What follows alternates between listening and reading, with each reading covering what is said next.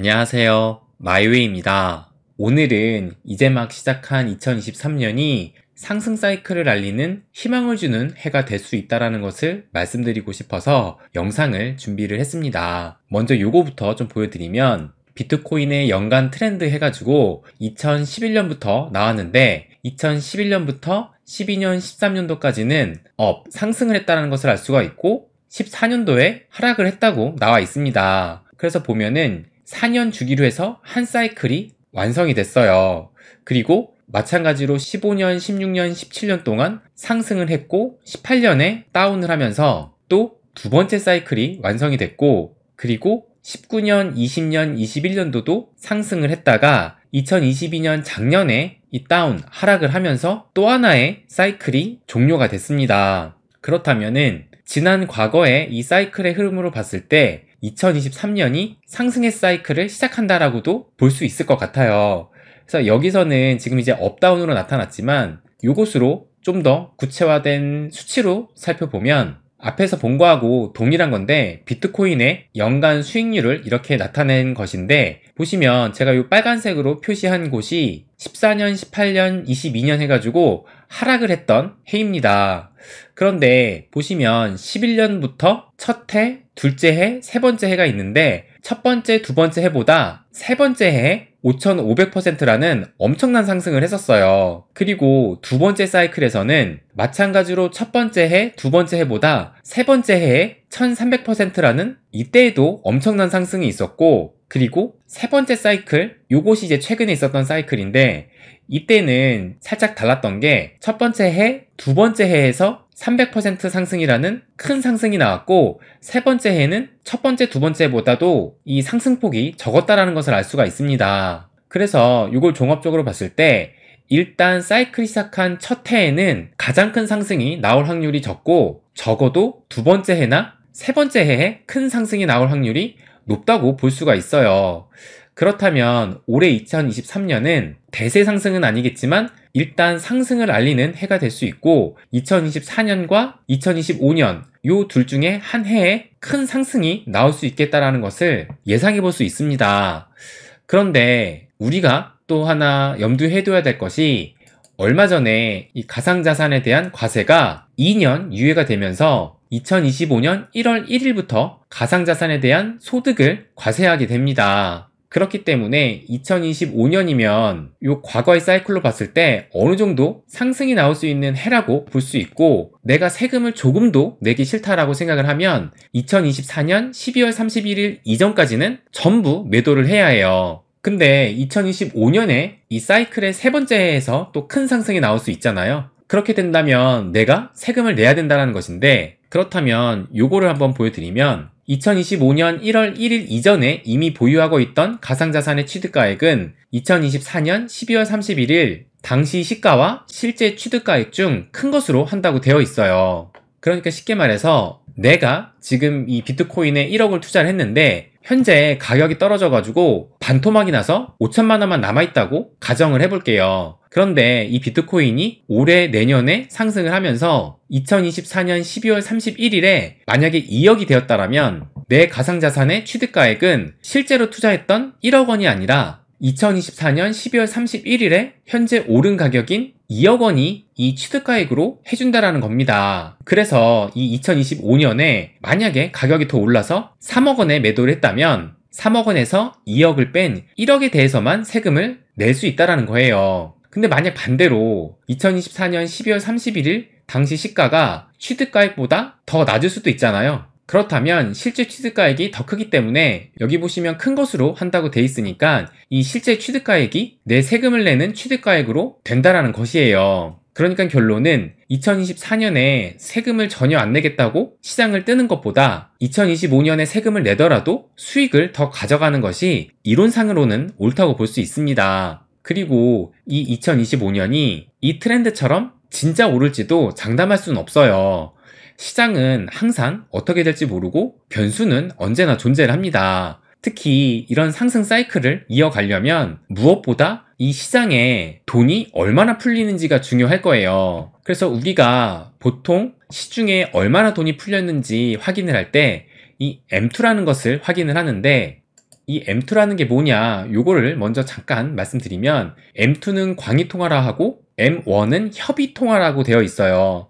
그래서 먼저 이 M1 협의통화는 뭐 현금통화, 요구불 예금, 수시 입출식, 저축성 예금이라고 해가지고 쉽게 말해서 내가 당장 뽑아서 쓸 수 있는 돈을 말하고, 이 M2는 MMF, 뭐 정기 예적금, 수익증권 이런 단기적인 금융상품에 들어가 있는 자금까지 포함을 해서 당장은 아니더라도 며칠만 지나면 쓸 수 있는 돈을 이 M2 광의통화라고 합니다. 그래서 우리가 통상적으로 시장에 유동성이 많이 풀렸다라는 말이 나오면 이 M2가 증가를 했구나라고 생각을 하시면 돼요. 그러면 우리가 이 2022년 작년을 최악의 해라고 평가를 하잖아요. 그렇다면 이 2022년을 최악이라고 말을 하는 데에는 이유가 있습니다. 요거를 한번 보여드리면, 보시면 1959년 이후 미국의 화폐 공급량 이 M2, 좀 전에 말씀드린 이 M2가 매년 증가를 했는데 1994년에는 0.3%가 증가를 해서 가장 이 상승폭이 적었고, 2020년 코로나가 발생할 때잖아요. 이때는 25%의 증가로 가장 컸다고 해요. 그런데 2022년 작년은 지난 60년 동안에 처음으로 하락한 해가 되었다라고 이렇게 써 있습니다. 지금 이게 영어를 번역한 것이라 매끄럽지가 않은데, 이 표를 보시게 되면 이게 이제 미국의 M2가 얼마나 증가했는지 매년 59년부터 2022년까지 나온 건데, 보시면 2020년 코로나가 발생을 했을 때 그 어떤 해보다도 가장 높은 이 25%, 색깔도 초록색으로 진하잖아요. 가장 큰 이 M2의 증가를 보였고, 그리고 작년 2022년에는 지금까지 단 한 번도 없었던 마이너스의 0.6%로 이 시중의 돈이 쪼그라들었던 겁니다. 그래서 요거를 그래프로 한번 보시게 되면, 보시는 것처럼 이 M2가 해가 갈수록 계속 증가를 했다가 이 2020년 코로나 때 이렇게 가파르게 통화량이 증가했다는 것을 알 수가 있고, 그리고 여기를 보시면 이 작년 한 해 동안 이렇게 단 한 번도 없었던 이 하락으로 방향을 틀었다는 것을 알 수가 있어요. 이렇게 매년 풀었던 돈을 공급을 하지 않으니 작년이 최악으로 평가받을 수밖에 없던 겁니다. 그럼 이제부터는 돈을 안 풀게 될까요? 아마 연준은 앞으로도 돈을 계속 풀 것입니다. 그 이유 중에 하나가 바로 이 미국의 부채 때문이에요. 보시면 미국의 국가 부채가 31조 달러로 사상 최대로 불어났다는 게 작년 10월 달에 이 기사로 나왔어요. 31조 달러면 우리나라 돈으로 사경 3,933조 원이라고 합니다.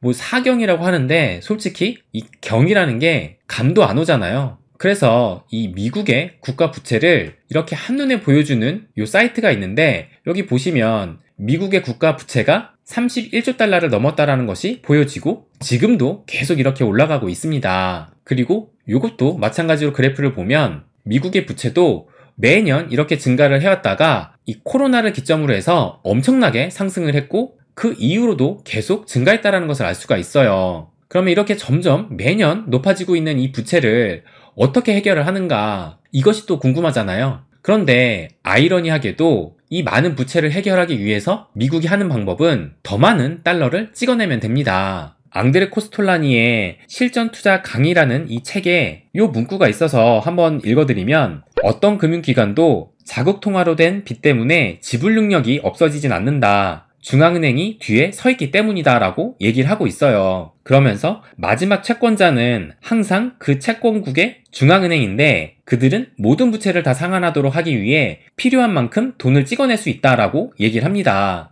그러니까 뭐 돈을 찍어서 실질적으로 부채를 갚진 않지만, 특히 이 달러는 전 세계의 기축통화이기 때문에 미국이 마음만 먹으면 다 조정을 할 수가 있어요. 그러면서 이 책에선 또 뭐라 그러냐면, 모든 것은 신뢰 문제다. 신뢰가 있으면 아무 일도 일어나지 않는다. 그런데 신뢰가 없으면 5천억의 채권이 없더라도 모든 것이 망가진다라고 얘기를 합니다. 그러니까 이런 것도 미국이 달러에 대한 신뢰를 계속 심어주고 있기 때문에 가능하다고도 볼 수 있어요. 그러면서 이 코스톨라니가 뭐라고 말했냐면, 약간 회의적이지만 나도 이렇게 말하고 싶다. 자본주의 시스템 전체는 하나의 환상 속임수이다. 하지만 아주 잘 만들어진 환상이다. 오랫동안 존재할 것이다 라고 말을 합니다. 제가 봐도 이 자본주의는 인간의 탐욕과 본성을 잘 살린 사회 경제적 시스템이라고 생각을 해요. 이 공산주의가 자본주의보다 실패한 이유는 바로 인간의 탐욕과 본능을 공산주의는 억눌렀기 때문이라고 저는 봅니다. 내가 열심히 한 만큼 돈을 벌어서 더 잘 살고 싶은데 공산주의는 그냥 모두가 평등하고 공평하게 나눈다라는 개념으로 가고 있어요. 그것이 공산주의는 실패를 했고 자본주의는 인간의 탐욕과 맞물려서 성공한 사회적 시스템이라고 생각이 듭니다. 그런데 결국 이렇게 부채가 올라간다는 것은 언젠가는 터질지도 모르는 일이에요. 좀 전에도 말씀드렸지만 신뢰가 기반하고 있었기 때문에 이게 가능한 것인데 그 언젠가는 신뢰가 무너지는 날이 온다면 정말 모든 것이 터져버릴 수도 있습니다. 그런데 또 하나 생각해야 될 것은 이것이 우리가 죽기 전까지는 안 터질 수도 있는 일이에요. 그래서 뭐 살짝 XRP 얘기를 하자면 이 많은 빚을 상환하기 위해서 XRP가 필요하고 그래서 뭐 $10,000로 디자인되었다라는 뭐 이런 얘기가 있는데 일단 적어도 저는 그것을 보고 이 XRP를 투자하지는 않았어요. 그리고 실제로 그렇게 될 가능성은 뭐 그렇게 크게 보지는 않습니다. 아무튼 역사상 처음으로 이렇게 M2가 마이너스가 작년에 났지만 결국 연준은 이 미국의 엄청난 부채를 막기 위해서라도 또다시 달러를 찍어낼 수밖에 없을 거예요. 그래서 다시 이 달러를 찍어내게 되면 유동성은 또 한 번 폭발할 것이고 그것에 따라서 자산 시장도 함께 오를 것이라고 봅니다. 그래서 이 자산 시장에는 이런 사이클이 반복되고 있는 것일 겁니다. 결국 우리는 연준이 다시 돈을 풀 때까지 기다리면 돼요. 그럼 연준이 돈을 푼다라는 것을 어떻게 아느냐? 그것이 바로 이 금리입니다. 이 금리는 돈의 가격이에요. 물건의 가격이 있는 것처럼 이 돈에는 금리가 있습니다. 이것도 수요 공급에 따라 결정이 되는데 일반적으로 돈을 빌리려는 수요가 공급보다 많으면 금리는 올라가게 돼요. 반대로 수요에 비해서 공급이 많아지면 금리는 내려갑니다. 그러니까 이 공급이 많다라는 것은 연준이 돈을 많이 찍어낸다는 것이고 돈을 찍어내며 공급이 이 수요보다 많아지니까 금리가 내려가게 되는 거예요. 그래서 연준이 금리를 내린다는 것은 시장에 돈이 많이 풀린다는 말과 같기 때문에 그렇기 때문에 우리가 지금 연준이 언제 금리를 내릴까 예상을 하고 또 전망도 하고 목이 빠져라 기다리고 있는 것입니다. 이 금리 인하가 올해 된다 안 된다 말도 많고 뭐 내년이 돼야 금리가 내려갈 것이다 뭐 이런 전망도 있지만 결국 머지않은 미래에는 이 금리는 내려가게 될 수밖에 없을 거예요. 그래서 이 사이클만 잘 이해해도 우리가 언제 들어가고 언제 나와야 하는지 알 수가 있는데 근데 이게 또 막상 우리가 이 큰 사이클을 보질 못하고 이 사이클 안에 들어가 있다 보니 이것이 쉽지가 않습니다. 뭐 하나의 예를 들자면 우리가 이 우주에서 지구를 바라보면 이 바다가 한없이 파랗고 평온해 보이는데 그런데 이 평온해 보이는 바다도 막상 가까이 가서 보면은 어느 곳에는 큰 폭풍이 일고 큰 파도가 치고 있을 거예요. 그런데 지금 우리는 이 바다 한가운데에 나와 있기 때문에 이 우주 밖에서 보는 이 평온한 바다의 모습을 볼 수가 없습니다. 그래서 우리는 의도적으로 이 우주에서 바다를 바라보는 이런 시각을 키워야 할 거예요. 뭐 비슷한 말로 나무를 보지 말고 숲을 보라는 말도 있잖아요. 그래서 이 암호화폐를 투자함에 있어서 나무보다는 숲을 보고 또 바다에서 이 바다를 보기보다 우주에서 바다를 본다라는 마음으로 접근을 해야지 성공적인 투자가 될 수 있겠다라는 생각을 했습니다.